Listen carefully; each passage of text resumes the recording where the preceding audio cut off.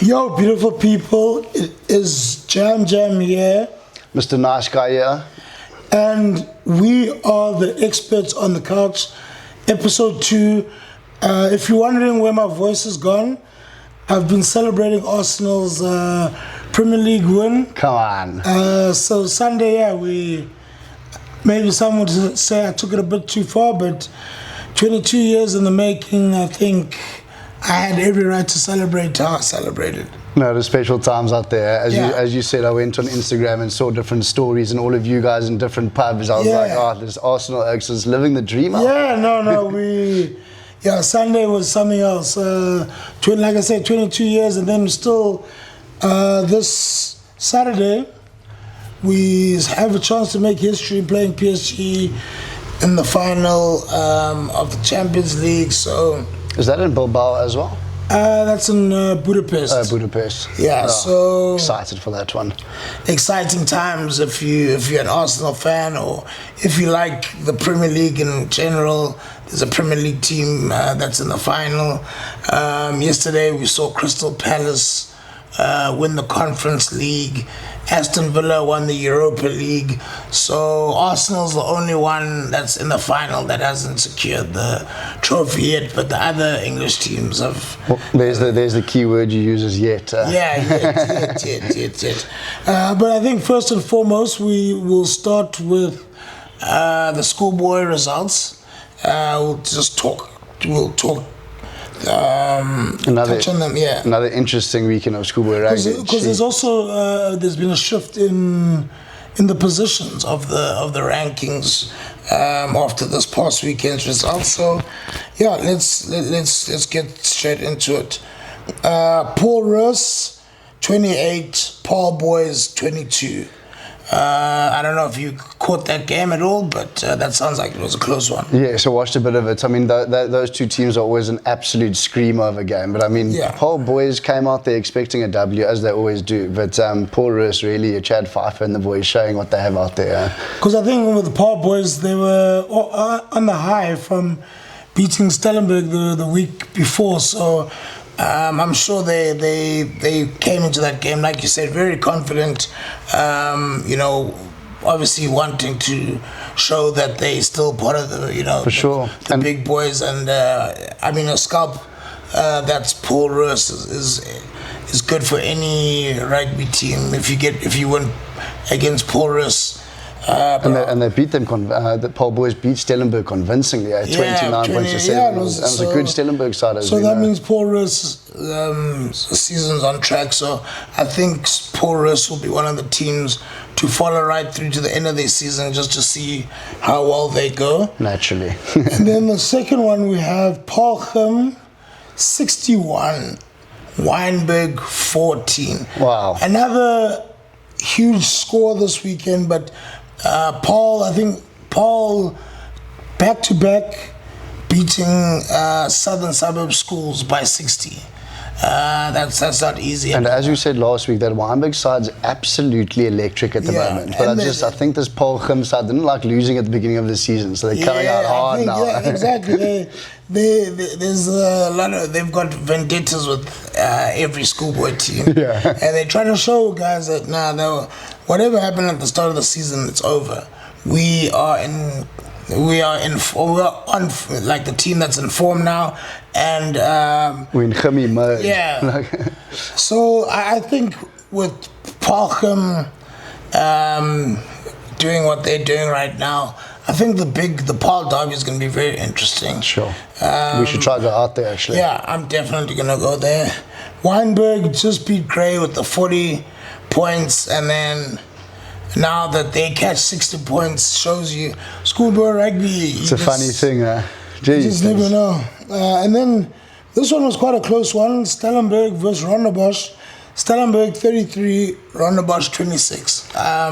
I'm sure you watched that one. For sure. No, it was an incredible game out there. I mean, to be honest with you, Stellenberg went 28-0 up at halftime. Oh, wow.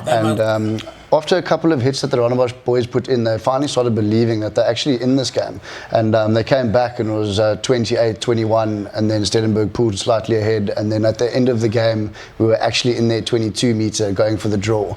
But Stellenberg obviously fought it out and held it at the home ground. And jeepers, that environment out there was absolutely impeccable. Yeah. Sure. So I can imagine how the Rondebosch boys felt coming back against a strong Stellenberg side. Even if they had gotten the draw, you take it. No, it would have been special. Yeah, it would have been very special. And then we move on to Pretoria.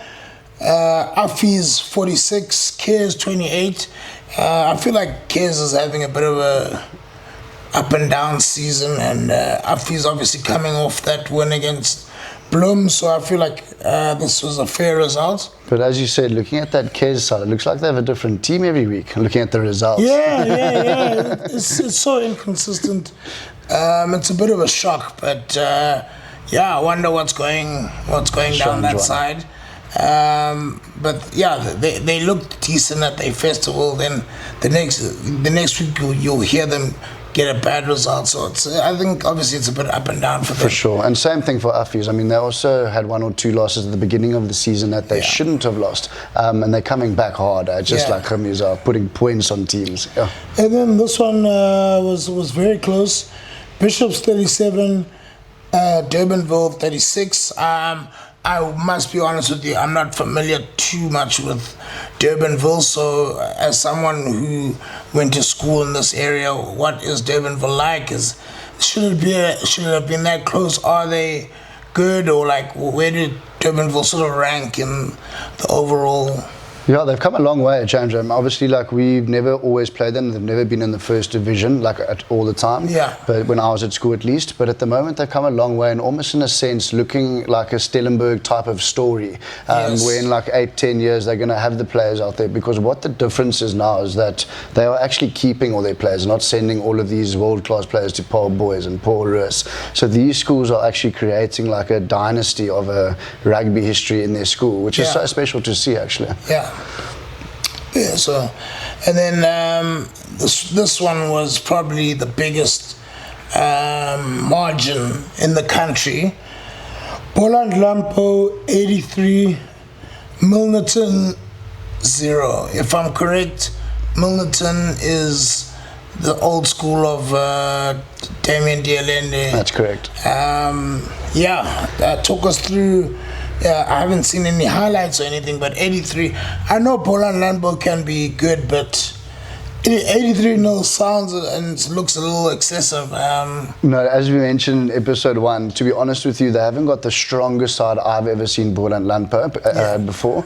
But when they hurt you on the farm, they hurt you properly. I think that's what happened to Milnerton. For sure. Yeah, they weren't ready for whatever the farm boys had to offer. But 83-0, it's a bit rude. That's a bit, and I feel like, the referee could have maybe ended that at 50, maybe? Maybe at 60. He looks at the coach and just says, "Hey, man, are you sure you want to continue?" But Milnerton will take their loss and they'll have to move on. They've got other games coming up, so hopefully it won't sting them too much. I mean, 83 is huge, but hopefully they can, come together. They will bounce back. Yeah, they will. I also believe they will. Then the last one, we have Sachs 19, Parel Filet 5. So I don't know. The classic Sachs game, nice and close. Yeah, but Parfait, that's not obviously one of the more popular names when it comes to Western Cape rugby or rugby this side. But I mean, Sachs got it done, so well done to them. Yeah, well done to them. I don't think they'll complain too much. Maybe they would have wanted a bigger score, but. And take the W in this season of schoolboy rugby, sometimes you take what you get, right? For sure. Especially when it comes to victories, you take what you can get. Special mention, Cray PE, if anyone is watching, Cray PE, White, St. Andrews College, at St Andrews College. Wow. A full-on whitewash. Wow. Let me just check. That's quite results. incredible. Jeepers. Let me just. I just wanna. Was the results close? Okay. Well, you'll hear now. St Andrews. If anyone's a St Andrews person or associated with them, you might wanna, just press pause on this part. So I'm gonna go through all the results here. Great PE, one of my favorite schools. I love watching them. My brother was there, so I have a lot of history with them. Special. First team, 42-22. Convincing. So everything I'm gonna say is obviously home team first. Yeah. Or no, well, away team, but it's the grey side. Got you. 42-22. Seconds, 48-14. Thirds, 52-19. Fourths, 66-10.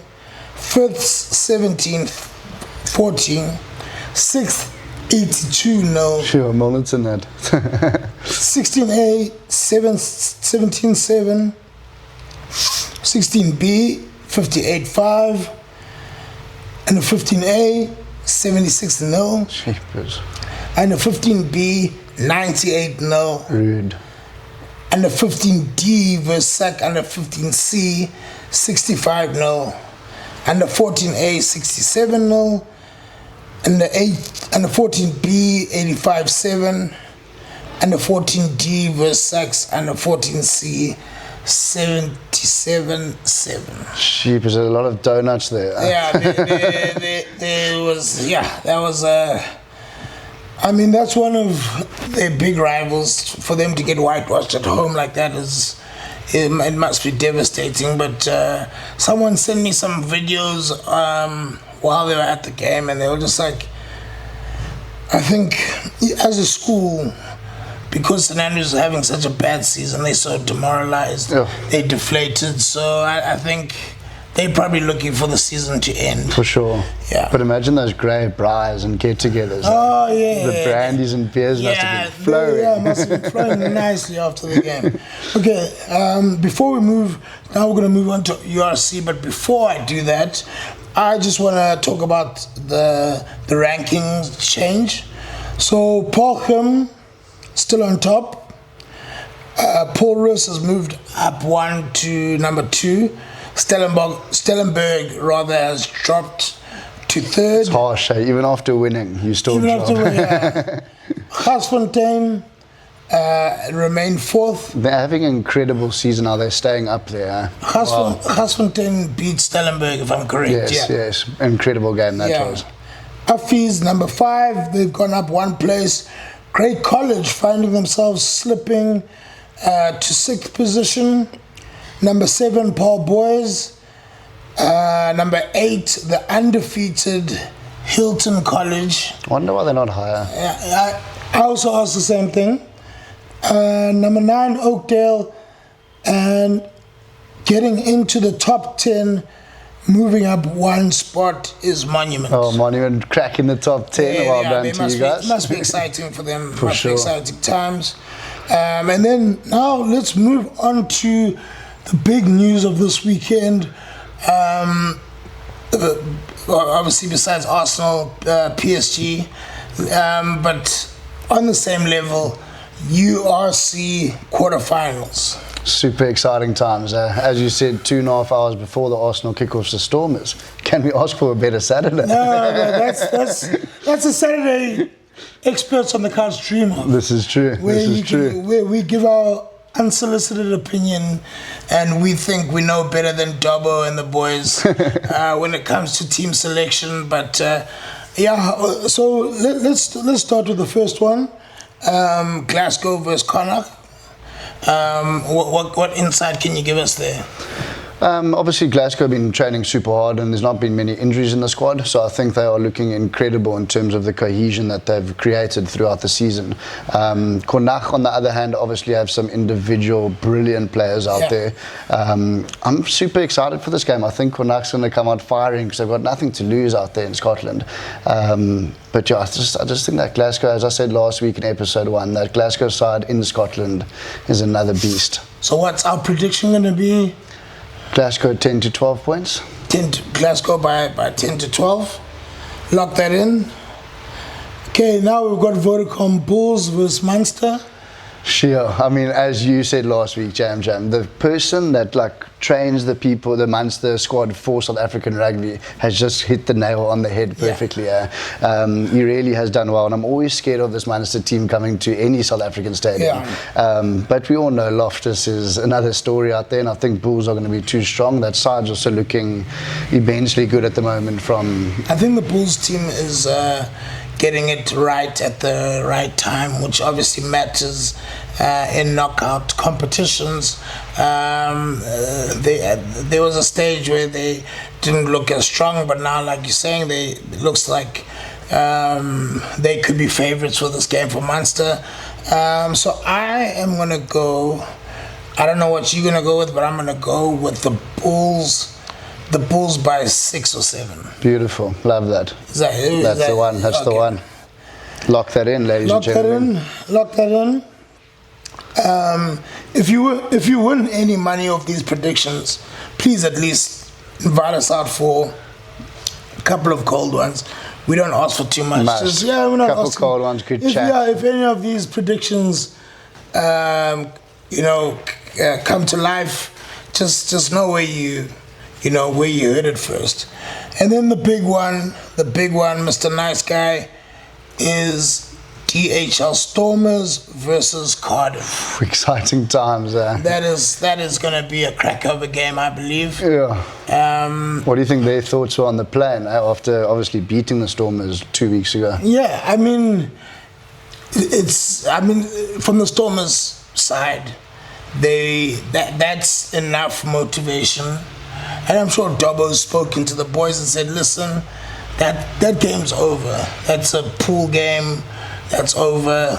This is knockout rugby now. Yes. Once off, one game at DHL Stadium. I feel like the fans are gonna be there, getting behind the team. I definitely think it will be Stormers. Similar with actually no. Let me say Stormers by 10. I like that as well. What do you reckon? Yeah, I'm saying Stormers by 10 or 30. I mean, it's a penalty difference there, so let's stick with 10. And have you been looking at the sort of the build up to the game? Any things you've heard? Any whispers, rumors? Yeah, I actually wanted to ask you if you saw this rumor, because as we all know, I don't know what to believe out there anymore. But I saw yesterday for the first time, and I kind of just shoved it aside. But this morning I saw it again, that Damien Willemse and Leon Zas was in a collision at practice, and they might not be available for selection on Saturday, and that would be massive in my opinion. I saw the same thing. Where they apparently Dobbo said there was a collision, and they just both went into each other very hard and whatnot. That is not ideal. I mean, I love Leon, but I mean, Willemse is an absolute X-factor. Shout out to Leon. I hope it was an accident or whatever, but try that or get that physical with guys who are not part of the Springbok plans, please. In future, if you guys are gonna have Copper Stamp or whatever you guys do, Leon, please keep Willemse safe. He's a national treasure. We want to watch him cook this weekend. So let's see what the team will look like. I mean, Sasha, I feel like he's gonna step up as well. And then Dobbo also confirmed, unfortunately, it's 100% confirmed now after that dirty roll 2-3 weeks ago, Dion Freeze out for a lengthy period of time. It's another big loss. Yeah, that's a big leader in that group as well. When he's playing, it improves the Stormers. Massive. It's always a good thing to have him around. So, yeah, that's very unfortunate, and obviously we wish him the best, because obviously as a professional, he doesn't want to be watching his for sure teammates play. He wants to be on the field, rocking with them. So I think he's out. Who else? I think Kobus Reinach. I mean, these are all huge players, but it just shows you the depth we have. It's like no one's really complaining, because we have like Imad Khan there. You got something incredible. Khan can step up. I believe he can make the step up. I think this is going to be a big game for Evan Roos. Huge. For me, I don't know. I've always wanted to talk about this. I've always wondered what is the issue with him not being consistently picked for the Springboks. I'm always wondering, like, what did he? Is Rassie saying something we're not? Obviously, Rassie knows what he's doing, but for sure, there've been times where he's been dominating these local competitions, or let me not say these club competitions, and it doesn't get rewarded with a Springbok berth. And I mean, it's hard to get into that Springbok team. But I've always wondered. I don't know about you. Yeah, I mean, for me, there is like two reasons. I mean, I know Evan Roos on a personal level, and he's an absolute superstar of a human being, inside and out. I mean, but going back to the question, Jam, like Rassie doesn't like, and I absolutely love you, Evan, don't get me wrong, but Rassie doesn't like that high error rate. And unfortunately, the amount of errors that guy makes and the decisions that he makes on the field is just not aligning with Rassie's vision.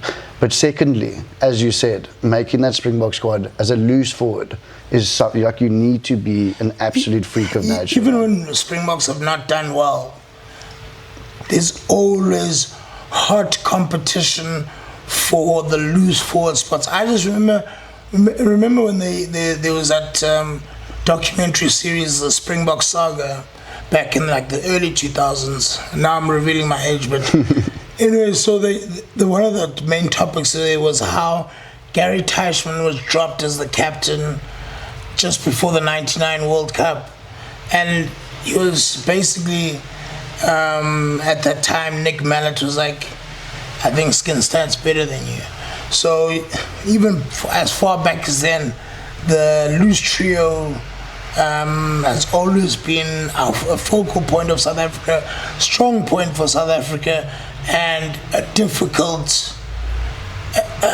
sort of scenario for the coach, because he's always got so much to select from. For sure. I mean, we fast forward to now, there's guys like Marcel Coetzee who have played well, can't even sniff a Springbok cap. There was a guy at the Sharks, James Venter, who was cooking, couldn't smell. Who have we got now? If you think we've obviously got Jasper Wiese at 8. We've got Cameron Hanekom available for select. We've got Buthelezi, who's playing amazing rugby for the Sharks. Buthelezi could not be part of the World Cup next season. I mean, even on the flank side, you see a guy like Vince.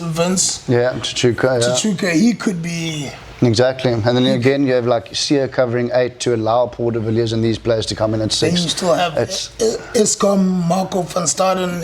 Exactly. I mean, as a loose forward, you have a crack of a season, then you just look at the other loose forwards, you're like, where's the other storm? What's the other stormers? Ben, Jason Dixon. Yeah, I mean, come on, guys. No, it's proper. That kind of depth is crazy. But in saying that, obviously, like he's proving everyone wrong in a sense, and he's the top Evan Roos now again. He's the top try scorer in the competition. I mean, the stats are saying different things this season, so I love that about him. He's like maturing in a sense of, why don't I make it? Okay, let me improve that. And so, like, I'm not saying he's not going to make it. I firmly believe he deserves it. I like how he keeps coming back stronger and stronger.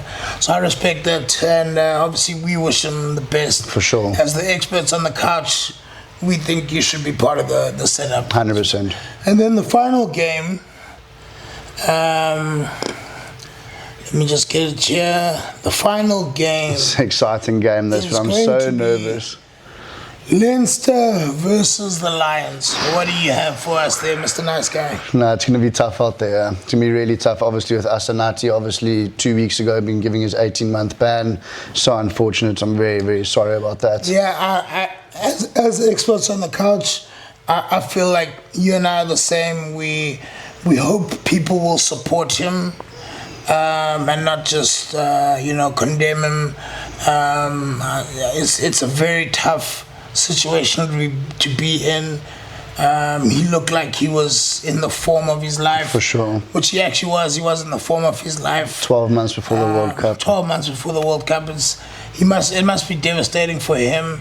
I've seen a lot of negative stuff said about it, but as South Africans, as fans of the sport, as fans of, him, I think we should obviously try and be as positive for him. For sure. It's a difficult situation. For sure. But anyway, back to obviously I mentioned him because that's a huge miss in the Lions squad. Yeah. There's rumours about Henku van Wyk not starting. So, it's just like, it's key players, in my opinion. If they're not starting against a strong Leinster team, it's going to be tough out there. And obviously, Bordeaux beating Leinster 41-19. That's a big margin. This Leinster side's going to come out cooking, I'm telling you. They definitely hurt after last week losing the championship. They know this is an opportunity in the URC to, grab. The Bordeaux side's hot though. Very good, very, very good side. That game was. I don't think Leinster were in it. No, not at all. Not at all. Sorry, I keep getting sidetracked. I just love rugby too much. No. It's all good. But I said last week, Jan, because of all these reasons, I'm sticking with Leinster by 15 to 20 points. I know it's a massive call. No, I'm with you, Leinster. I'm the same. I think Leinster might be 10, 15 points. They might win by 10, 15 points. So let's see how that goes. But hopefully we'll get at least 2 South African teams I believe it. In the final. I believe it. So lock that in, ladies and gentlemen. Obviously, Glasgow by 10. Yeah. We got Stormers by 10 points. 6 7. 6 7. Yeah. We got Leinster by 15 to 20 points. And then the other game is... did we say 6? Bulls. We said Bulls 6 or 7. 6 or 7. Yeah. So lock those in. And I saw the under 20s were cooking as well before we finished. Yes.